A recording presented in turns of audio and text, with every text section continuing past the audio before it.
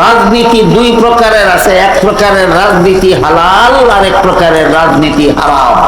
আজকে ঠিক মনে রাখবেন, এক প্রকার রাজনীতি হালাল আর এক প্রকার রাজনীতি হারাম। জানা দরকার কিনা হালাল রাজনীতি কোনটা আর হারাম রাজনীতি কোনটা। যে রাজনীতির দ্বারা জনগণের অধিকার রক্ষা হয় সেই রাজনীতি হালাল। যে রাজনীতির দ্বারা জনগণের অধিকার রক্ষা হয় সেই রাজনীতি হালাল। যে রাজনীতির দ্বারা জনগণের অধিকার রক্ষা হয় না সেই রাজনীতি হারাম হারাম হারাম। এখন বলবেন তাহলে জনগণের অধিকার কটা?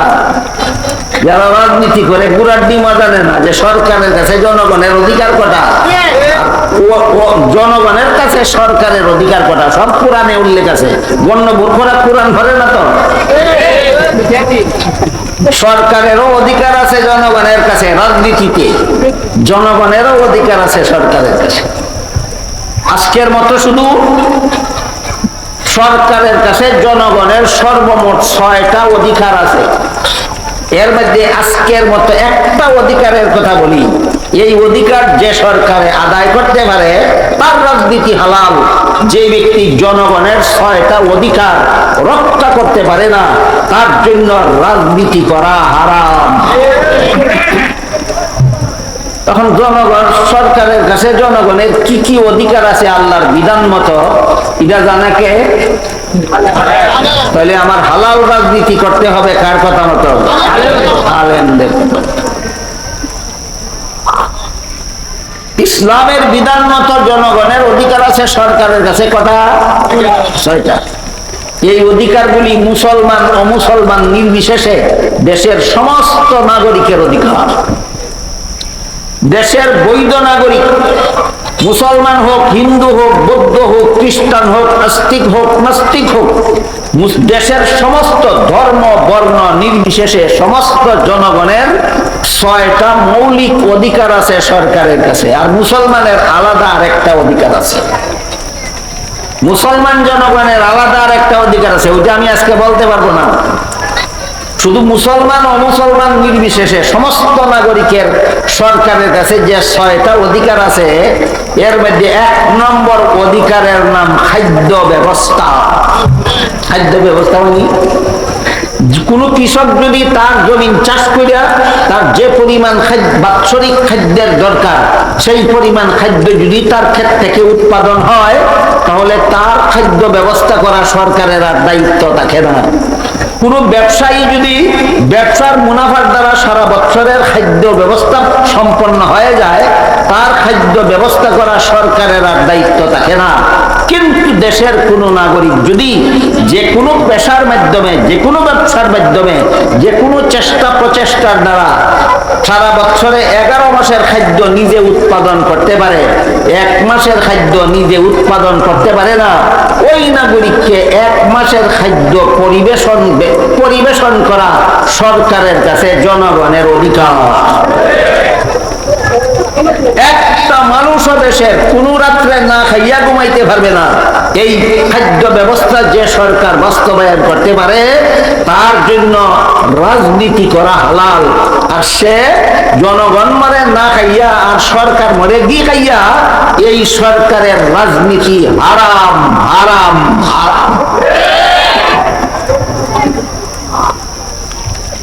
হযরত উমর ফারুক রাদিয়াল্লাহু আনহু যখন সরকার প্রধান মনোনীত হলেন, আপনারা জানেন হযরত উমর একটা দেশের প্রেসিডেন্ট ছিলেন। হযরত উমর যখন এই প্রেসিডেন্ট মনোনীত হলেন, কোরআনের ভাষায় খলিফা বলা হয়, আমাদের বর্তমান রাজনৈতিক পরিভাষায় প্রেসিডেন্ট বলা হয়। খলিফা উমর খলিফা মনোনীত হওয়া মাত্রই বের হয়ে গেলেন আমার সমস্ত নাগরিকরা আজকের খাদ্য পাইল কিনা তদন্ত করেন।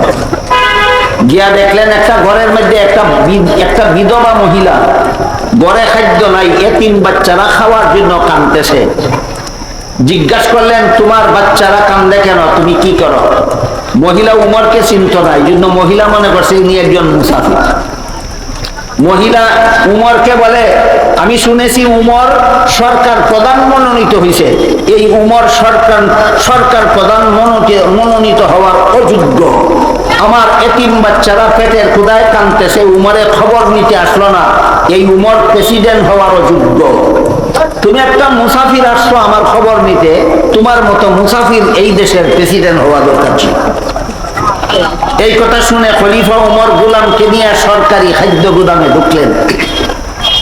সরকারের ধনভাণ্ডার, সরকারের অর্থ তহবিল, জনগণের এই সমস্ত প্রয়োজন পুরা করার জন্য, জনগণের যেখানে রাস্তা নাই সেখানে রাস্তা নির্মাণ করে দেওয়ার জন্য, যেখানে বিল্ডিং নাই সেখানে বিল্ডিং নির্মাণ করে দেওয়ার জন্য, যেখানে হাসপাতাল নাই সেখানে হাসপাতাল নির্মাণ করে দেওয়ার জন্য, যার ঘরে খাদ্য নাই তার ঘরে খাদ্য পরিবেশন করার জন্য সরকারের অর্থ তহবিল।